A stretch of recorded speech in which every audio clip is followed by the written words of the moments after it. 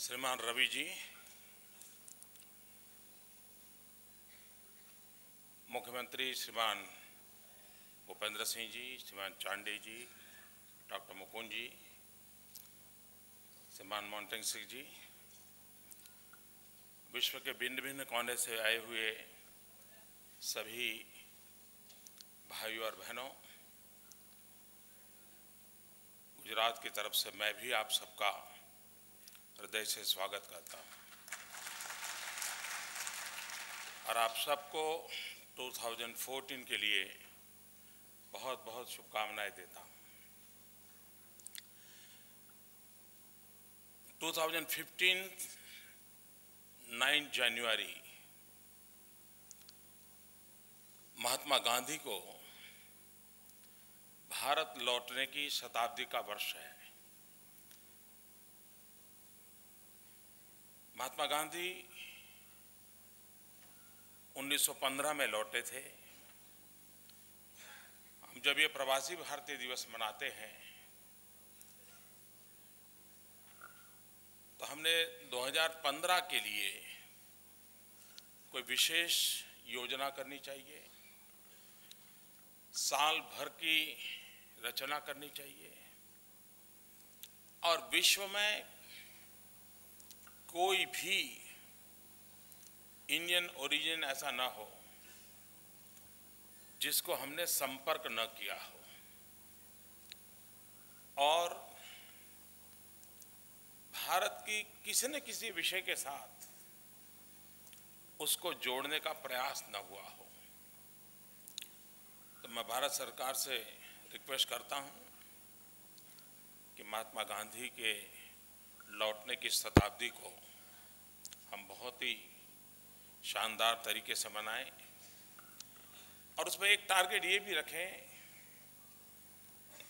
कि जो 35 age group के नीचे के जो ओरिजिनल इंडियंस वहां है, हमारी जो नई पीढ़ी है, उनका अपने रूट्स के साथ संबंध कैसे बने, उनको हम कैसे जोड़ें, उस पर भी हम सोचें। कभी कभी प्रवासी भारतीय को भारत से जोड़ने का विषय आता है तो ज्यादातर इन्वेस्टमेंट के इर्द गिर्द आता है। वो वहां से डॉलर ले आए, पाउंड ले आए और भारत में लगा दे। मैं सोचता हूं इससे हमने अब बाहर निकलना चाहिए। दुनिया भर में जो हमारे भारतीय भाई बहन रहते हैं उनको सिर्फ डॉलर और पाउंड के हिसाब से न तोलते हुए उनके पास एक अलग वर्क कल्चर का एक्सपीरियंस है, उनके पास एक डिफरेंट टाइप ऑफ डिसिप्लिन है, उनके पास नॉलेज है, विजडम है, एक ग्लोबल एक्सपोजर है। उनके इन एक्सपीरियंस को हम कैसे हिंदुस्तान में इन्वेस्ट करें, अगर ये हम करते हैं तो हो सकता है कि हम देश को अनेक विषयों में नई दिशा में ले जा सकते हैं। मैंने पिछली बार भी भारत सरकार को रिक्वेस्ट की थी कि गांधी के भारत लौटने की शताब्दी का जो प्रवासी भारतीय दिवस का वर्ष हो, उसके लिए गुजरात का निमंत्रण आज भी स्टैंडिंग है। मैं आशा करता हूं कि भारत सरकार उस पर जल्द से सोचें। कल प्रधानमंत्री जी हम सबके बीच आए थे तो प्रधानमंत्री जी ने एक अच्छी बात कही। कल प्रधानमंत्री जी ने कहा कि निराश होने की जरूरत नहीं है, बहुत ही जल्द अच्छे दिन आने वाले हैं।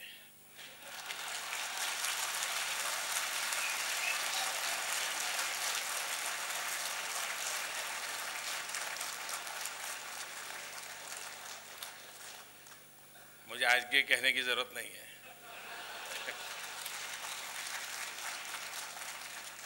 लेकिन हो सकता है 4-6 महीने इंतजार करना पड़े, लेकिन मेरा विश्वास है कि अच्छे दिन आने वाले हैं।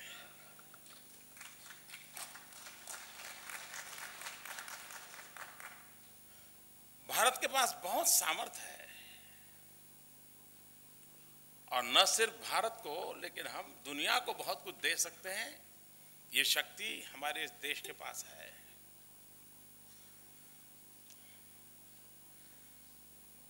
पिछले दिनों आपने देखा होगा कि दुनिया के सब देशों का ध्यान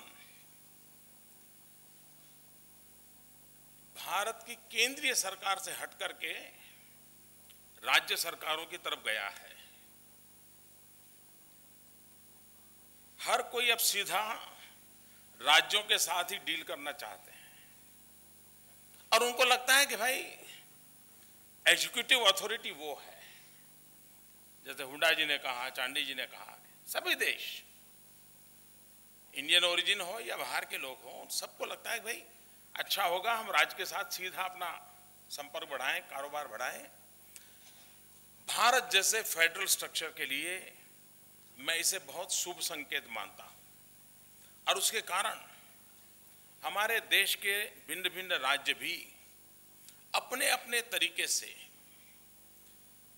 ग्लोबली, अपने राज्य के लोग बाहर होंगे तो उनके माध्यम से या अपने कुछ न्यू इनिशिएटिव्स के माध्यम से उनको जोड़ने का प्रयास कर रहे हैं।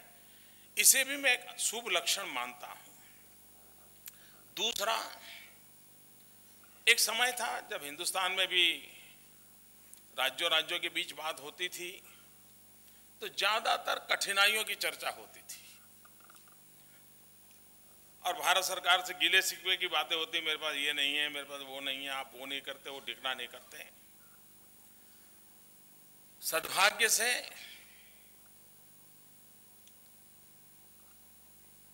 पिछले 12-15 वर्षों में एक माहौल ये बना है कि हिंदुस्तान में राज्यों के बीच भी डेवलपमेंट को लेकर के कंपटीशन का माहौल बना है, हेल्थी कंपटीशन का माहौल बना है। अगर मोदी ये कहेगा कि इसमें नंबर मेरा 1 है तो तुरंत हुड्डा जी कहेंगे नहीं इसमें हमारा नंबर 1 है। मैं मानता हूं एक हेल्थी सिचुएशन हमारे देश में आज पनपी है कि राज्यों के बीच डेवलपमेंट को लेकर के एक स्पर्धा का माहौल बना है। हर एक को लगता है कि हम भी कुछ डिलीवर करें, हम भी किसी क्षेत्र में आगे निकले। यह स्पर्धा जितनी तेज होगी, यह स्पर्धा जितनी व्यापक होगी और यह स्पर्धा जितनी कॉन्क्रीट होगी, यह देश इन सभी राज्यों के पुरुषार्थ के बलबूते पर बहुत तेजी से नई ऊंचाइयों को पार कर सकता है, ऐसा मेरा पूरा विश्वास है और ये दिखता है। अभी जब मोंटेस्क्यू जी कह रहे थे कि एक समय था बीमारू राज्यों की चर्चा होती थी, आज वो ग्रोथ सेंटर के रूप में विकसित हो रहे हैं, तो ये एक अच्छी निशानी की ओर हम चल रहे हैं। मैं आज गुजरात की जो बात है, बाद में एक जो राज्य का भी सत्र अलग होने वाला है उसमें मैं गुजरात की जरूर बात बताऊंगा। एक किताब मेरे भाषण की नोट यहाँ सर्कुलेट की गई है, उसमें भी काफ़ी कुछ बातें मैंने लिखी है। एक इनिशिएटिव गुजरात ने लिया है, मैं चाहूँगा कि देश और दुनिया में इस बात को आप किस प्रकार से उजागर करें। Statue of unity, Sardar Vallabh भाई पटेल जिन्होंने देश आजाद होने के बाद देश को एक करने का भगीरथ काम किया था, 500 से ज्यादा रियासतों को एक किया था और भारत का वर्तमान जो नक्शा है उसके निर्माण में उनका बहुत बड़ा कंट्रीब्यूशन था। और कभी कभी तो लगता है कि अगर सरदार वल्लभ भाई पटेल न होते, उनकी वो सोच न होती, उनमें वो सामर्थ्य न होता, तो शायद गिर के लाइन देखने के लिए हमको पाकिस्तान का वीजा लेना पड़ता होता, तब हम गिर के लाइन देख सकते थे। लेकिन सरदार साहब थे कि जिनके कारण आज देश का हम ये नक्शा देख पा रहे हैं। तो यूनिटी के लिए इतना बड़ा काम किया तो आने वाली पीढ़ियों को प्रेरणा मिले, उस बात को ध्यान में रखते हुए गुजरात में सरदार वल्लभ भाई का एक दुनिया का सबसे ऊंचा स्टैच्यू बनाने की हमारी योजना है। इसकी ऊंचाई स्टैच्यू ऑफ लिबर्टी से डबल साइज की होगी।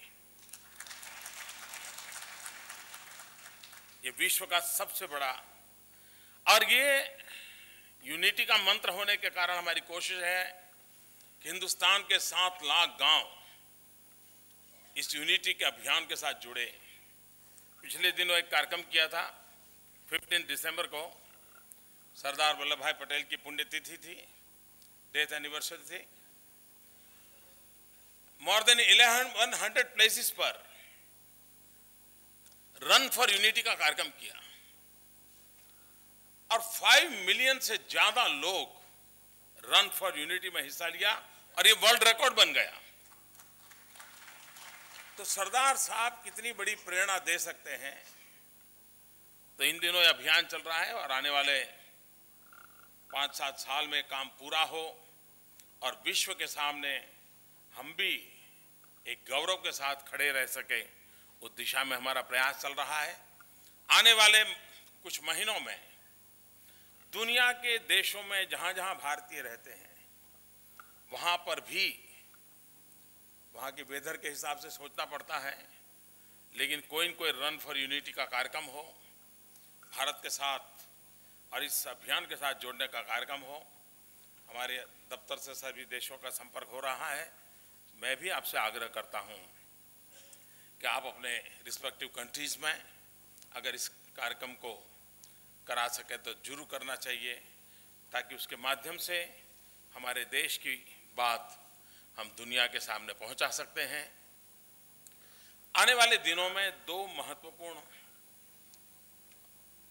ऐतिहासिक घटनाओं की ओर मैं ध्यान आकर्षित करना चाहता हूं, जिस पर हम सब ने पूरे विश्व में और विशेष करके भारत में हमने सोचना चाहिए। आफ्टर 5 ईयर 5 साल के बाद Mahatma Gandhi 150th birth anniversary आएगी। गांधी 150। अभी से हमने पूरे दुनिया में जहां भी हम हिंदुस्तान के लोग हैं, महात्मा गांधी के विचार, उनके आदर्शों को लेकर के अभी से तैयारी करके गांधी 150 हम कैसे बनाए और गांधी के माध्यम से हम विश्व में हमारी बात कैसे पहुंचाए। हम कौन है, क्या है, हमारा मानव जात को क्या कंट्रीब्यूशन है, हमने विश्व को क्या दिया है। एक आत्मविश्वास भरा हुआ हिंदुस्तानी दुनिया के सामने कैसे उभर करके आए, इसके लिए एक बहुत बड़ा अवसर हमारे सामने आ रहा है। उसी प्रकार से 2022 भारत की आजादी के 75 ईयर होंगे। किसी भी राष्ट्र के जीवन में 75 ईयर की यात्रा बड़ी महत्वपूर्ण होती है। आजादी के दीवानों ने देश के लिए अपने आप को बलि चढ़ा दिया, आजादी दिलाई हमें। इन महापुरुषों ने जिन्हें हमें आजादी दिलाई, उनको हम कैसा हिंदुस्तान देना चाहते हैं। इस अमृत पर्व पर भारत की आजादी के 75 वर्ष जब हम मनाए, 75 ईयर मनाए 2022 में, तो हम विश्व के सामने और विशेष करके उसको एक अवसर मान करके भारत में हम हमारे देशवासियों को ऐसा हिंदुस्तान देंगे। हमारे आजादी के लिए शहीद होने वाले, जेल में जिंदगी गुजारने वाले, कष्ट झेलने वाले महापुरुषों के सामने हम देश की आजादी के 75 वर्ष पर ऐसा हिंदुस्तान उनके चरणों में हम रखेंगे। ये सपने लेकर के हमने चलना चाहिए। मेरे लिखित भाषण में मैंने उसके लेकर के लिखा है, India 875 Amrit Mahotsav. As India celebrates its Amrit Mahotsav in 2022, completing 75 years of independence, what can be a greater tribute than a developed India, which is globally competitive and admired, as well as locally inspiring, inclusive, resilient, and united. We must aspire towards actualizing basic amenities to all, from village to city, rich to poor. Quality life in villages and cities, driven by speed, scale, skill, and smartness. Flourishing agriculture, enabling rural prosperity. Productively working youth as the drivers of change. Equally involve women, evolving from homemaker to nation builder. Robust physical and social infrastructure which is globally benchmarked. Globally competitive industry and trade, establishing brand India. International standards in goods and services better than the best in the world. Innovation and technology-driven society and economy, driving the change. Vibrant democracy, participative and decentralized. Depending institutions, delivering proactive, pro-people, good governance.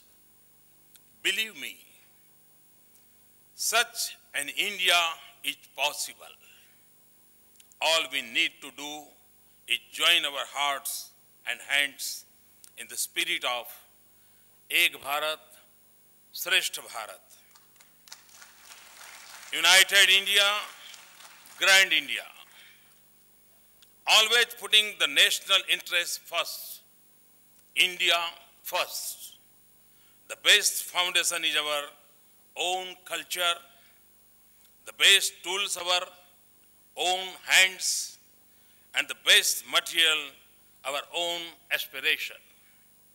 In this sacred mission of development, our two biggest strengths lie in our democracy and demography. India's youth give it the power of a new energy, while India's democracy gives it the warmth of participation and inclusion. How we leverage on these two will define the future of not just India, but the world at large. मुझे विश्वास है कि हमें जो ये demographic dividend हमारे पास है and democracy dividend है, ये दो ऐसी शक्तियां हैं जो एशिया में हमें उभारने की ताकत रखती हैं और हम उस पर जितना बल देंगे, उसके लिए जितनी योजनाएं करेंगे। गुजरात ने इन विषयों में काफ़ी इनिशिएटिव लिए हैं। हम जब गुजरात को लेकर के बातचीत करेंगे तो मैं उसमें विस्तार से आपको बताऊंगा। मैं फिर एक बार आप सबका स्वागत करता हूं और मैं विश्वास दिलाता हूं कि विश्व भर में फैले हुए हमारे देशवासियों को कभी निराश नहीं होना पड़ेगा। ऐसा ये देश बनने वाला है, हर राज्य बनने वाला है। मैं इतिहास की दो घटनाओं की तरफ नजर करने के लिए मेरा मन करता है। मैंने देखा है कि दो ऐसी घटनाएं घटी जब विश्व भर में फैले हुए भारतीयों ने बहुत ही प्रोएक्टिव रोल किया था, बहुत आंदोलित हुए थे और अपने सेल्फ इनिशिएटिव से उन्होंने अपनी बात रखने का प्रयास किया था। एक घटना जब 1975 में हिंदुस्तान में इमरजेंसी आई, लोकतंत्र पे धक्का लगा, पूरे विश्व भर में फैला हुआ भारतीय समाज आंदोलित हो उठा था और भारत में लोकतंत्र की पुनर्स्थापना में वो सक्रिय हुआ था। दूसरा, जब न्यूक्लियर टेस्ट किया वाजपेयी जी ने, और जब दुनिया भर के देशों ने सैंक्शन डाल दिए, देश के ऊपर आर्थिक संकट पैदा किया, उस समय विश्व भर में फैला हुआ भारतीय खड़ा हो गया था और भारतीय भंडार भरने के लिए आगे आया था, और भारत एक ताकत के रूप में उभरे, इसके लिए विश्व भर में फैला हुआ भारतीय समाज बहुत सक्रिय हुआ था। इन दो घटनाओं ने मैंने बड़ी निकट से देखा है, और मैं तीसरी बार इन दिनों देख रहा हूं कि हिंदुस्तान में 2014 इलेक्शन का जो डेमोक्रेटिक प्रोसेस है, उसमें भी इस बार मैं देख रहा हूं विश्व भर में फैले हुए भारतीय बहुत ही उत्साही हैं, बहुत ही कुछ न कुछ योगदान करने के मूड में हैं। मैं मानता हूं हिंदुस्तान के लिए ये कुछ अच्छी बातें हैं जिसको हमने शेयर करना चाहिए। फिर एक बार आप सबको बहुत बहुत शुभकामनाएं, बहुत बहुत धन्यवाद।